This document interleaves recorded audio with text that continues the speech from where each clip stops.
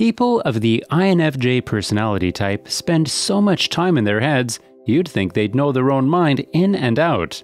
However, the ironic reality behind it is that, with introverted intuition and extroverted feeling as their most dominant cognitive functions, the INFJ brain is always a few steps ahead of their conscious awareness. Welcome, or welcome back, psychos! Before we dive into today's topic, we'd love it if you liked and subscribed to our channel, as well as to click the post notification bell so you never miss a video. Number 1. Opinion anchoring.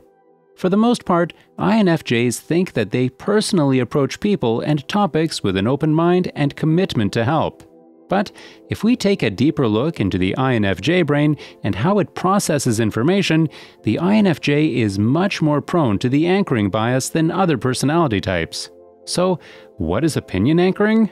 Well, opinion anchoring is explained as the phenomenon of one's first impressions on something or someone having a significant effect on how they perceive that thing or person forever. In simpler terms, first impressions mean a lot more to the INFJ than they realize. With the ability to pick up information and file it deep within their conscious mind, the INFJ may not notice that they actually rely heavily on those first pieces of information they've observed. Of course, this can be good or bad depending on the situation. For example, if someone isn't treating an INFJ right, but the INFJ has a deep subconscious imprint of the kind and gracious first impression of that individual, it becomes considerably more difficult to let them go. Number 2. Renting others' feelings. If you know anything about the INFJ personality type, you'll know that their empathic abilities go far beyond just feeling for their fellow humans in times of difficulty. In fact, it's clearly laid out in the INFJ's cognitive functions that their empathizing is not exactly as kindness-driven as it is the unwilling and sometimes unknowing act of taking on other people's feelings for their own. To put it simply, the INFJ's extroverted feeling function makes it much easier to feel the feelings of those around them in comparison to their own feelings.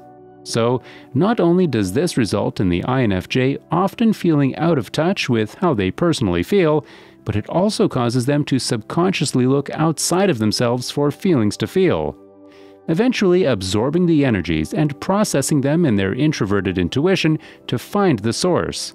Of course, when they're surrounded by uplifting and positive energy, this ability can make all the difference in lifting the INFJ's spirits. However, when they find themselves surrounded by anger or aggression, this so-called gift can make things seriously uncomfortable for this empathetic type. Number 3. Trying to fit the part. Think horoscopes, motivational sayings, and daily readings. This brain trick is referred to as the Barnum effect, and it's not only INFJs who experience it.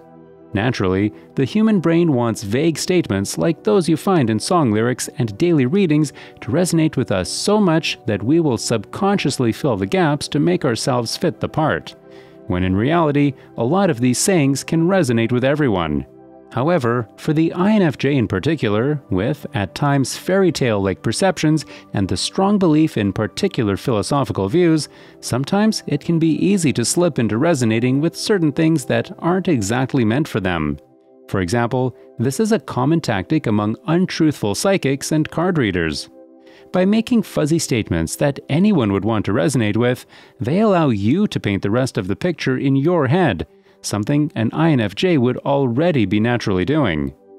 To avoid falling for these traps, it's best for INFJs to always check in with their more logical side and ask themselves, could this information relate to anyone? Number 4. Spotlight effect. INFJs, have you ever been at the front of a yoga class or in a group setting and think that all eyes are on you? Some would say it's social anxiety or maybe even slight paranoia. But in reality, it's just the spotlight effect, and INFJs know all about it. Because the INFJ is so apt to observing other people on such a deep level, they can easily convince themselves that other people are observing them to the same degree. The spotlight effect is described as the idea that someone thinks people notice how they look and act way more than they actually do. For the INFJ, while their logical side knows it's silly to think that others care to observe them like they do, they can't help but to think everyone is staring at them. Luckily, although INFJs can get stuck in this thinking pattern, they know in the end that even if someone did glance at them, they probably aren't thinking any of the things the INFJ thinks they're thinking. Number 5. Knowledge expectancy. With vast understandings of life and the high respect for common sense matched with the difficulty with describing certain concepts, INFJs can sometimes expect too much comprehension of people. It's the unwritten curse of knowledge. Once you have it, you expect everyone knows what you know.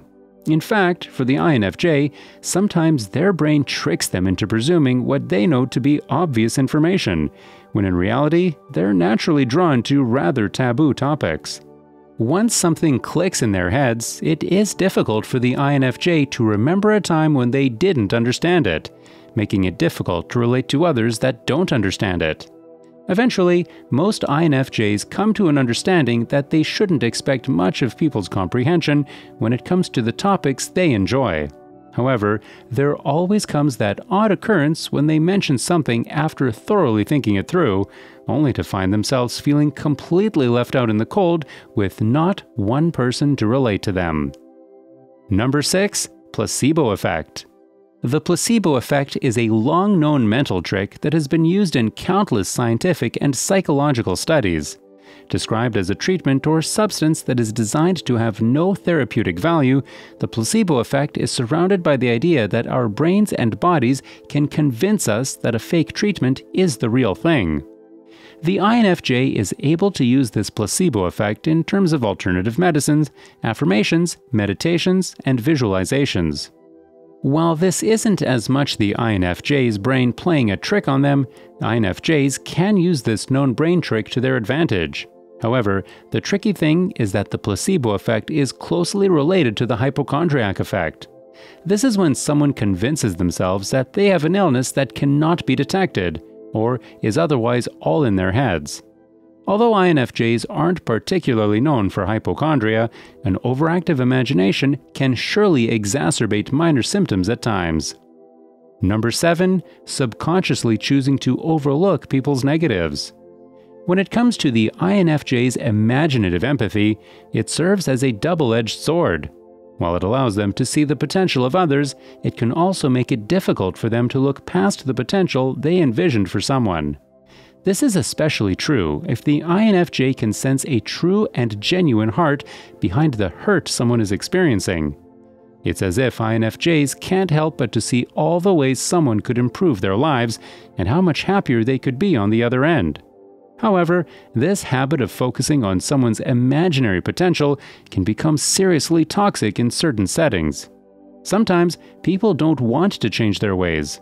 In fact, sometimes people don't even see that there's anything wrong with their behaviors or habits in the first place.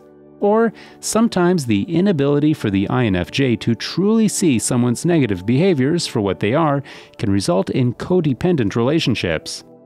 The INFJ's perception of people is constantly tricking them, as they have to constantly be checking in with their introverted intuition to make sure their conscious perception is on track. Number 8. Investment clinging. Speaking of the INFJ's notorious second chances, sometimes it's not all about looking over the negatives for the sake of the other person. It could all be rooted in investment clinging. This brain trick is all about clinging onto people, objects, or situations solely because of the amount of money, time, or effort the INFJ has put into it. In other words, the more they put into something, the harder it is to move on. This is true to some degree for every personality type. However, for the INFJ in particular, the deeper the bond with something or someone results in things being significantly more difficult when it comes time to step away. This irrational way of thinking can cause them to not only convince themselves to stay in relationships that are long overdue, or not put a stop to that business idea that is draining their savings. Because of this brain trick, the idea of taking on new connections and opportunities can also come to seem overwhelming for the INFJ. Depending on past situations, this investment clinging attachment can make the INFJ dread future scenarios and hold back from investing anything until they're completely sure it's worth it. Well, psychos, that's it for today's video. So let us know in the comments below if you've experienced any or all of these brain tricks as an INFJ. Also, make sure to leave us a like, share with your friends, and also subscribe to our channel so that you never miss a video.